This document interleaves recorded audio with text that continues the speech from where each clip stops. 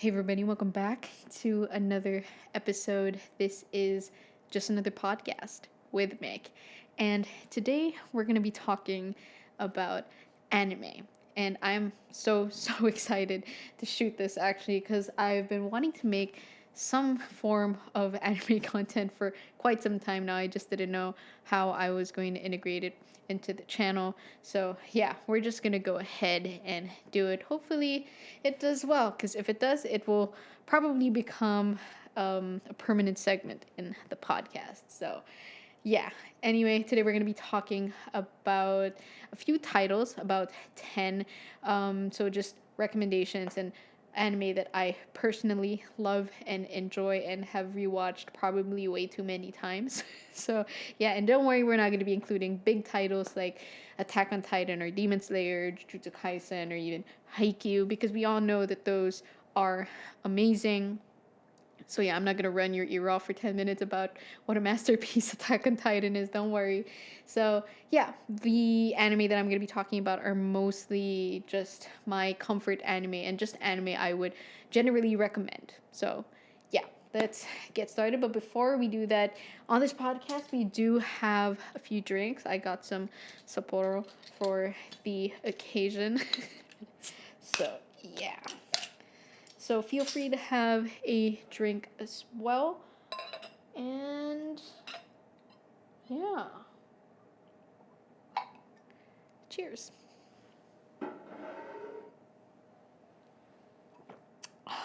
That's so good. Sapporo. Okay. So I do have a little list here with little bullet points because if I don't, I'm going to be talking for about 2 hours. So yeah. Let's get started. I will be talking a little bit about like the summary, but I don't want to give away any spoilers because if you haven't watched these anime, I highly recommend that you give them a shot. First one we're going to be talking about is Toradora. And this was released in the late 2000s. So I watched it over a decade ago, which makes me feel so freaking old. So it was a comedy romance and was just hitting all the right notes. So as a teenager, I really enjoyed it. Basically, the story is about two high school students, Taiga, the girl, and the guy is named Ryuji. Basically, they're not exactly outcasts, but they are labeled specifically in their year because the guy does look like a delinquent, but he's not, but he is treated like one. So he only has like one real friend, Kitamura. And the girl is named Taiga, but has the reputation of being like the meanest person in the world. That's why she has this like little title of palm top tiger, because she is also a midget. She's really small. So yeah, and she also only has one friend, which is Minorin. Okay, so basically these two main characters are in love with the other person's best friend. So in this anime, they kind of team up and form an unlikely alliance to help each other out. So yeah, a lot of things happen in this. It's a very wholesome comedy with drama elements as well. Overall, I really enjoyed it as a teenager, but I loved it even more as an adult when I rewatched it about 2 years ago, like fresh into the pandemic. I rewatched Toradora and it held up. It held up so freaking well. It's like everything that happened in the anime and just the way the characters dealt with the problems and everything, it just feels ahead of its time. Yeah, Toradora was just really ahead of its time, especially the ending. And I'm so sad that I can't talk about it right now, but if you watch Toradora, then you know. I initially, as a teenager, I was just like, Taiga, what are you doing? Ugh. But now it's just like, yeah, that makes so much sense. That was the right choice. Again, Toradora was ahead of its time. So yeah, if you like light-hearted romantic comedies with just enough emotional damage, then Toradora is a really good recommendation. And actually, this is something that really does hold up because I can recommend it today. There are a lot of anime that I wouldn't recommend, even though it was really good in its time. But, you know, watching it today would just be cringy. Toradora is definitely not one of those anime. So, yeah.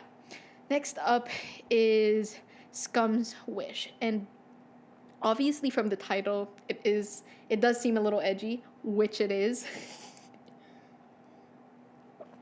So basically, it also revolves around two high school students, a girl named Hanabi and a guy named Mugi. And basically, they're a couple. But the reason why they're a couple is a little dark because they decided to date each other because they're in love with two teachers. So the girl is in love with the guy teacher, the guy is in love with the girl teacher. Basically, they're together because they want to fill the void of loneliness of not being able to be with the people they truly desire. So, yeah, they're just basically fulfilling their physical wants and needs with each other. So that does seem a little dark, which it is. The story revolves around figuring out the difference between love and lust in that age, like around 16 to 18, because they are in high school. So this focuses on very deeply flawed characters, which I personally love. I think it adds a lot of depth to the characters and all of that. And it is kind of R-rated, so proceed with caution, but I think it is a very relevant anime in this day and age because of how they approach things. A lot of people do hate this anime. It's kind of a, you either love it or you hate it, no in between. I personally love it, but I do understand why people would hate it. But everything that happened in the anime kind of makes sense to me because these are stupid teenagers making stupid decisions and they have to live with the consequences of that. Some of them are incredibly selfish, and yeah, it just makes sense to me. So yeah, if you want something that's a little darker and a little more mature, Scums Wish is definitely a good recommendation. Next one is Steins Gate. Now this one is a sci-fi science fiction that revolves around this wannabe scientist, kind of a loser, named Okabe Rintaro and his friends. Now, again, it's a sci-fi, and I don't want to give anything away because this is an absolutely amazing anime. So it is about time traveling and the consequences of that. So yeah, it's really hard to explain without spoiling, but it is a slow burn. So basically, it's just about this guy who is kind of old and it lives in a dingy little apartment that he calls a lab and performs multiple experiments with a microwave with his friends, doo, doo, doo. So yeah, and then he meets this actually published scientist named Kurisu, and then it just, the ball just drops, okay? And it is a slow burn. I remember watching this for the first time. I couldn't even binge the first few episodes. I had to watch it like one episode at a time because it really was slow, but it was laying the groundwork perfectly. So yeah, once the ball drops, you're not gonna wanna look away. So it is really, really good. But there is a very specific way to watch it. And Steins Gate is very unique because it is based off of a visual novel. So obviously in visual novels, there are multiple routes and all of that. So that's very hard to convey in an anime. So there are two ways you can watch this. The first one is based on initial release. So like, for example, season 1 was released in 2011, then a movie came out, then an OVA came out, and then the second season was released like three years ago, so very recently.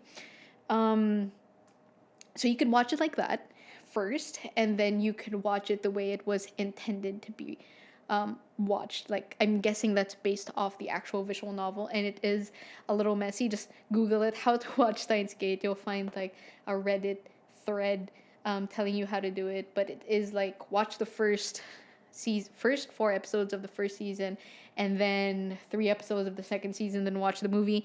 It's kind of like that, but it is so good. Definitely, I wouldn't say it's an underrated anime because it is like number 3 on the top anime list on my anime list, but I still don't think it gets all the credit it deserves. Okay, next one is K-On! Now this one is a slice of life. Now, when people ask me what one of my favorite animes are, as a serious anime watcher, saying K-On! Is kind of a little embarrassing because it's definitely a guilty pleasure for me, and that's because It's literally just silly slice of life and falls into the genre of cute girls doing cute things.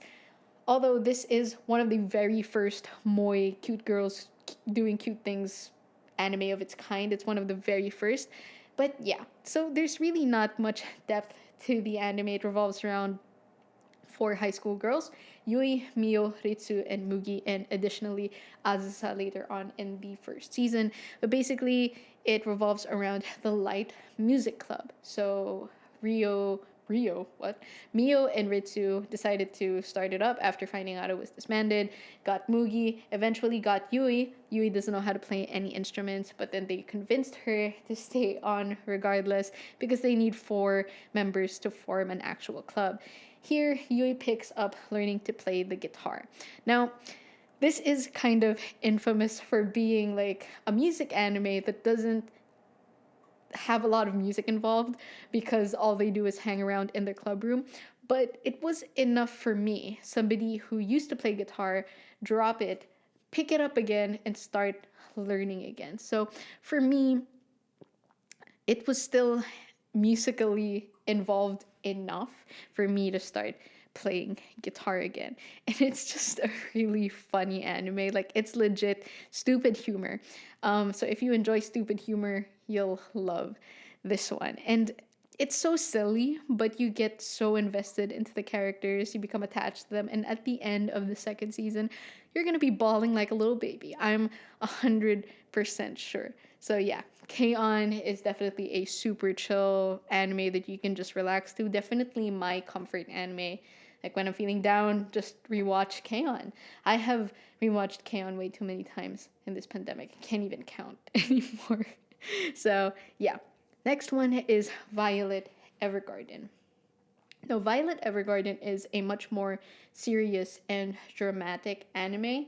Um, so it's based in a completely different era, post-war. So it's like a post-war steampunk era, and it focuses on a girl named Violet Evergarden. So she is a 14-year-old. Crazy though, because if you watched it, like if you do watch, you're gonna be like, this girl is 14, she looks 20. So she's not legal. Okay, so basically it follows the life of Violet Evergarden. So she was kind of raised to become like a weapon in the army because she's kind of just like a machine. So basically she's like Mikasa from Attack on Titan. She's just like this absolute machine in the war zone, just slashing people and stuff like that. So she was brought up like that.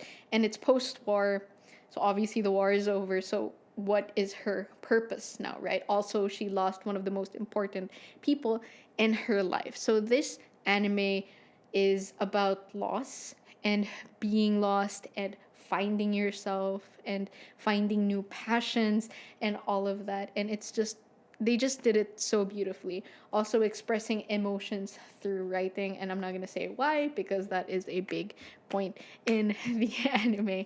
Not to mention the animation on Violet Evergarden is like next level. It is, I wouldn't say it's a slice of life, but it isn't an action anime, and the attention to detail, the graphics, the animation is just, it's amazing. So yeah, if you want something a little more serious and dramatic and invokes emotional damage, this is a really good choice. Okay, next up is Bloom Into You. Now this one is something I hold very close and dear to me. So just very, it's such a good anime, and it impacted me in a really, really real way. Now this is a shoujo ai, or if you don't know it, it's a yuri. Excuse me, I'm just gonna burp. Whew. So yeah, it's a yuri, and I do know that yuri gets a very bad rep in the world of anime because of other titles like Citrus or Netsuzo or Sakura Kiss. It's just, there are just not many great shoujo ai titles, but give this a shot. So basically, it revolves around two high school girls, Yu and Toko. So Yu is this girl who can't understand love, right? Her perception of love is the same as everybody else's because she listens to music, and then there's love there. She reads shoujo manga, so she's read about it. But when somebody confessed to her at her middle school graduation, she was expecting to feel something, but she didn't. So she starts questioning herself, like, what's wrong with me? Why can't I feel love? And all of that. And then we have the other main character, Toko, who has a very warped and distorted view on love because she thinks that it shackles you, it traps you. Now, this anime is all about love, obviously, and but the perception of love, your perception of love. Like, what does it even mean, right? And I think it makes a lot of sense because, growing up, you're not really given a manual as to, I mean, yeah, we get love songs and we get books and media, but at the end of the day, you grow up, you're expected to be in a relationship. Like, what is love anyway? And I think Bloom Into You explains and just explains that it's okay to not understand what it is, and it's okay to have misconceptions about it. It's just a really, really good anime, and to say anything else would, or to give anything away, would be an injustice to what the anime is trying to give off, like the message it's trying to give to the viewers. So yeah, all characters here are very well written and relatable, which is very rare in anime, because there's always that one character, but apparently, luckily, in this one, they're all great. If you watch this, Sayaka is best, girl. Nobody can change my mind. So yeah. Now this is a part of my top list. Like, this isn't my top list technically, but if you ask me, Bloom Into You will always be there because I finished it. The manga, I read the manga after that. If you don't read the manga after this, it will probably just be a 7. So yeah, it got cut off in the middle of the manga, so I'm not sure if it's getting a season 2. So yeah.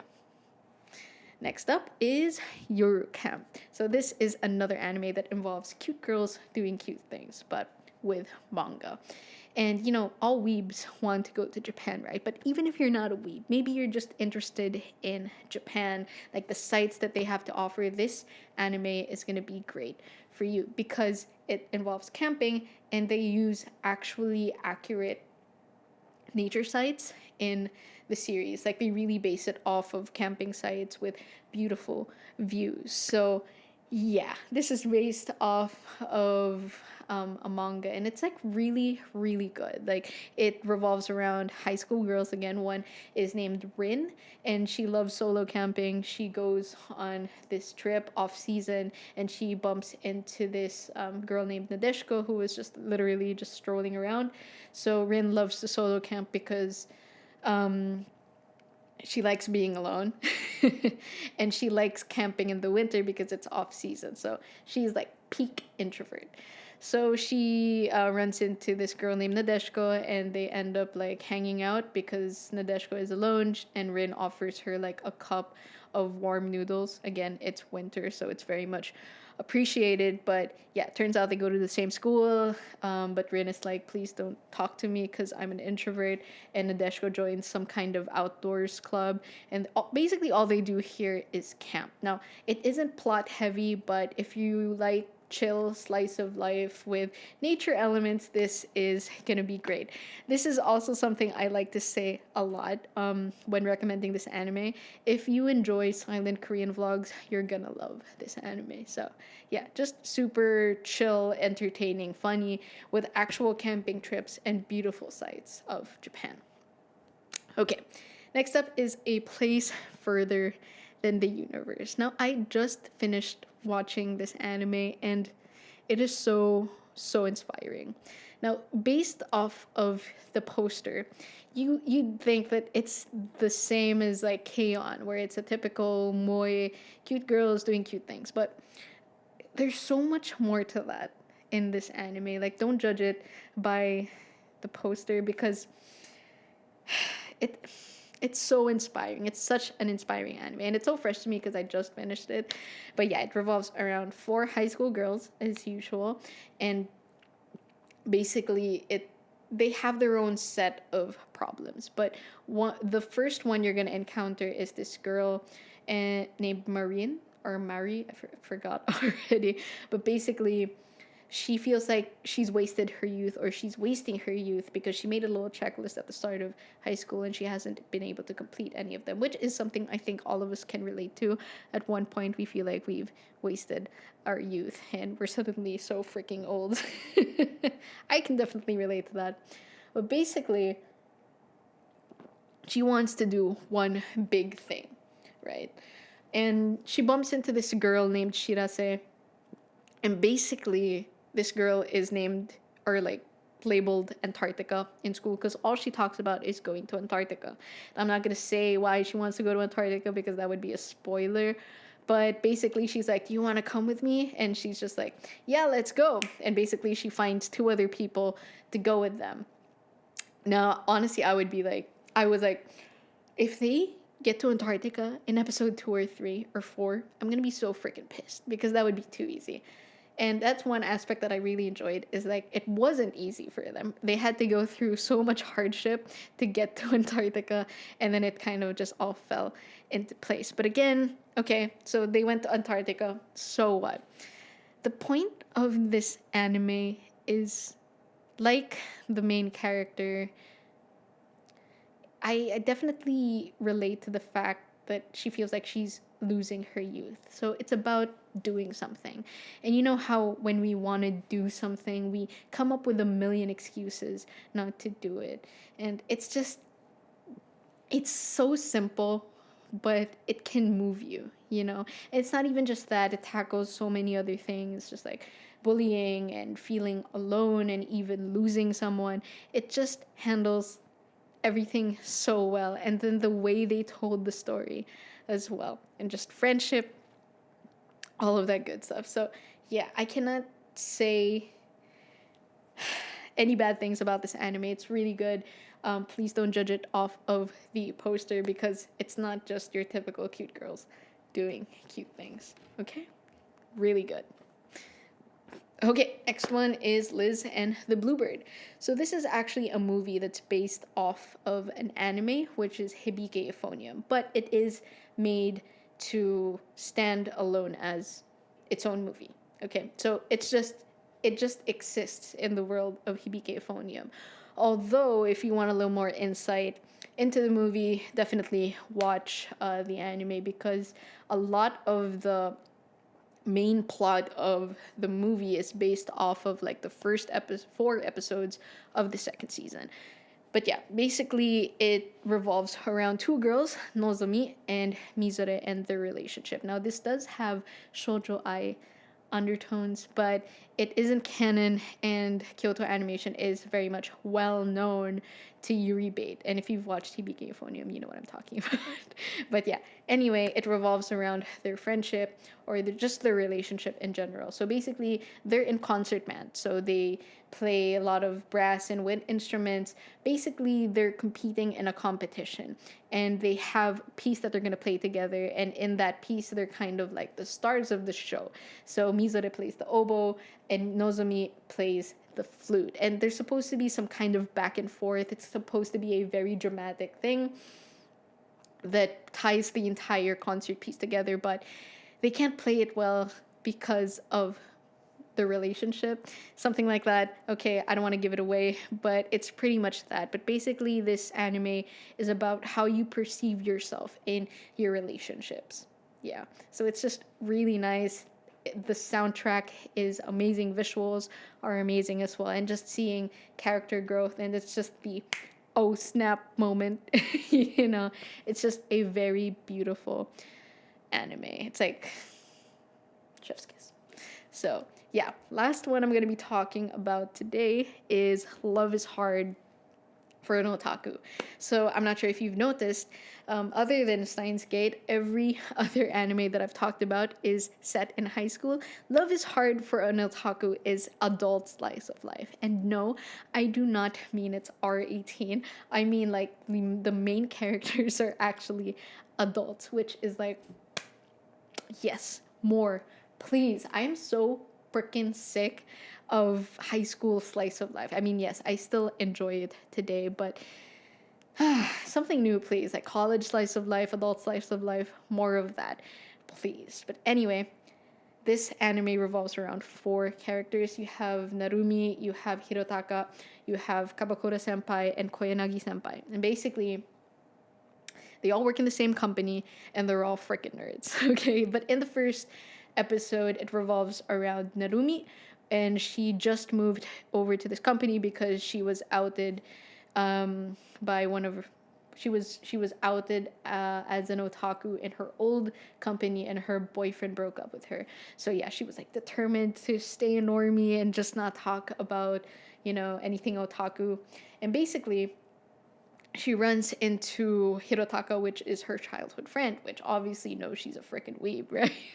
So yeah, eventually he slips. She was able to save the conversation, but it turns out they're all nerds, so they all become friends. And what's interesting about this is they all have different hobbies. So you have Narumi, which is into anime manga. You have Hirotaka, which is into games. You have a cosplayer, that's Koyanagi, and Kabakura is just like kind of everything, like video games, anime, manga. So yeah, it's just really nice to see adult slice of life, adult characters being nerds, enjoying their hobbies, and exploring their relationships. So yeah, it's just really nice to see romantic adult relationships, and being vulnerable with one another at that age, all of that stuff. So this is just a really chill and entertaining slice of life. I don't know if you've been able to tell so far, but I am a slice of life disciple. So yeah, those are 10 anime titles that I definitely would recommend. Comment down below if you've watched any of this. I would love to talk about it, or tell me if you're interested in watching one. So yeah, next thing we're going to be doing is a super short Q&A. I went on Instagram and asked if anybody had anime related questions for me. So yeah, let's get started with that. Okay, first question. Anime that you would highly recommend. Well, honestly, recommending anime is really hard because you have people who have watched a lot of anime, and you have people who've never watched. So for people who have never watched, I would definitely recommend more like mainstream titles like Attack on Titan and Demon Slayer, stuff like that. Worst anime that you watched. Worst anime. I think the bottom of my anime list, like I'm very keen on stuff like that. I love tracking what I watch, and I think the lowest one I have is a Yuri I tried watching when I was exploring the genre. Basically, it's called Netsuzo Trap, and it focuses on deeply flawed characters, which again I usually love, but this one had no sense. Like, it was just stupid. People were just stupid, and I just didn't follow anything. So that is probably the worst anime I watched. I think I gave it a rating of 2. Based on what parameters do you decide to watch an anime, your filtering process? So this is a very good question, but honestly, I don't have that much of a filtering process. I really enjoy slice of life, and I'm willing to try out pretty much anything that anybody recommends. If it's a shonen, if it's a psychological thriller, I have this rule where if I don't like it within the first 3 episodes, I'll probably drop it. But yeah, I'm willing to watch anything that is recommended to me. Are you watching Attack on Titan? Yeah, of course. What weeb does not watch Attack on Titan? Okay. It's amazing, by the way. Like, right now, we're nearing the end of season 4, part 2, and I think there's gonna be a movie, and I am super thrilled about that. I don't know about you, but I love your YouTube videos. You're gonna make me cry. Okay, so the video cut off because I reached 30 minutes. Sorry about that. Okay, next question. What do you think about Mushoku Tensei? Okay, I know that this is a very controversial anime, and I understand why it's a controversial anime, but I really like it. I think it's a great isekai. I think it's a great fantasy. World building is amazing. Character development is amazing. Pacing is a little slow, but you understand why in the end. Um, the only problem here really is the main character. So Rudius is a guy who was 40 years old, and he was an incel, and he was a failure, and he was a victim of very extreme bullying, which kind of made him like that. But basically, he died and he was transported into a different world. Now he isekai'd as a baby, but he still had all of his creepy 40-year-old thoughts. And I guess this is where it gets very controversial, because there are a lot of creepy moments in the first season, definitely. And I understand why people are put off by it. There's a little sense of grooming here because he is 40 and he has like little female friends that he is kind of into. Okay, I get that. I definitely get if you don't like it, but there is character development. Okay, that's all I'm gonna say. I am not a manga reader or a light novel reader, but yeah. I finished season 2 a couple of months ago, and it is really good. Rudy was able to grow as a human being and is less of a creepy old dude. So, yeah, that's what I think of Mushoku Tensei. Big fan. Okay, what's an anime that you fondly remember watching from years ago? There's a lot. K-On! Is definitely one of them. Um, High School of the Dead, stuff like that. I used to watch a lot of ecchi anime, definitely. And like, High School of the Dead was a really good zombie anime, I'm not gonna lie.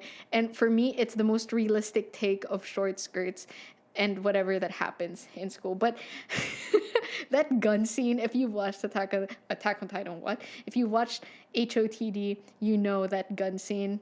And then it just defied the laws of physics. So, yeah. Are you finished with Given? I haven't finished it. I'm so sorry. I do plan on finishing it. It is a shonen ai, which is a genre I do want to explore a little more. I finished Sasaki to Miyano a couple of days ago as well. So, yeah, do plan on finishing Given. Have you seen Ranking of Kings? So good. So I have not, but it is on my to watch list, definitely. I heard really good things about Osama Ranking, and yeah, I heard that he won Best Boy on Crunchyroll. Okay, so there are a few more questions. Hang on. When did you start watching anime? I started watching anime when I was about 11, 12 years old. I think my very first anime was Shogochara, which is a very girly anime. Like, definitely would not rewatch that today. But I do remember one of my very first animes being School Days. And if you know, you know. Okay. What anime has had a large impact on you? So there are a lot. Clanad is definitely one of them. Clanad After Story, man, the tears that were cried that day was I have never cried so much watching a show. So yeah, probably Clanad. Top 5 best girls of all time. Best girl. This is such a hard question. Best girl. Ichika, Nino, Miku, Yotsuba, Itsuki. If you know, you know. Except for Ichika. Ichika sucks. Okay. Were you made fun of for liking anime? No, not really. It's not something I was bullied for or anything. I just didn't talk about it as much as a child. Um Top 5 anime intros. I'm not doing that. That's gonna be so freaking hard. But I definitely love Haikyuu intros. The intro to Rent a Girlfriend was really good. The intro to Erased was really good as well. What else? There's so many. Horimiya's intro was amazing. Yeah, I can't think of anything else right now, but there's so many. Yeah, spring ride was really good as well. So, what else do we have? With so many anime releases, do you think it's hard to be updated on shows? And does it kill the idea of defining anime for its time? So right now, a lot of shows do come out. I don't necessarily think that it's hard to keep up with them. Yeah. And no, defining, I mean, the fact that there are so many good anime today doesn't really make it bad. So yeah, I mean, there are definitely still some that rise above from the rest, like Attack on Titan, but I don't think it's hard to find an anime that defines anime, you know? All right, so that's pretty much that for this video. Hopefully you guys enjoyed it. I had a really fun time doing this. Hopefully you guys enjoyed it as well. That is pretty much that. Cheers.